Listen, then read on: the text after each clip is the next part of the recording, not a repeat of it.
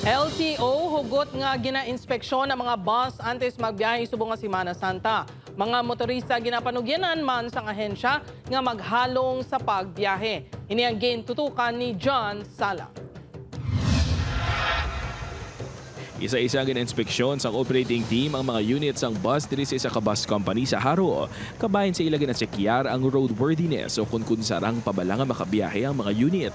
Madumduman nga Disyembre sa nagligid nga tuig aksidente nga nahulog sa pila sa Antique-Antique ang isa ka unit sa Valia Car Transit kag ginatudlo ang mechanical problem bilang isa sa mga rason sa aksidente. Buta nga sa karon mas hugot na ang proseso sa inspeksyon sang LTO. Kabahin man sa ginasekyar sang LTO ang mga dokumento sa mga driver kag mismo ang kanda nila sa pagbiyahe.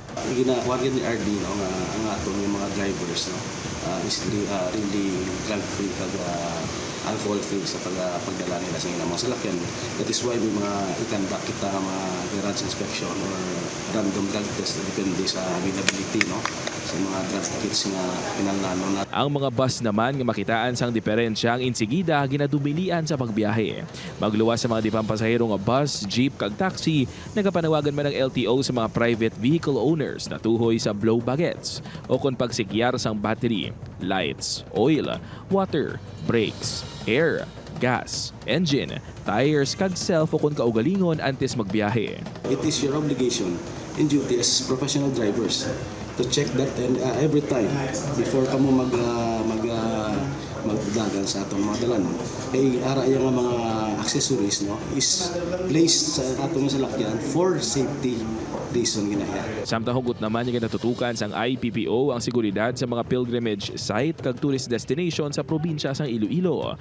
Magluwas sa seaports kag airport, tutukan man sang pulis ang pilgrimage sites nga pagabisitahan sa mga tawo. 80% sang IPPO personnel ang i-deploy sa probinsya kag 100% naman sang force multipliers ang magabulig sa seguridad.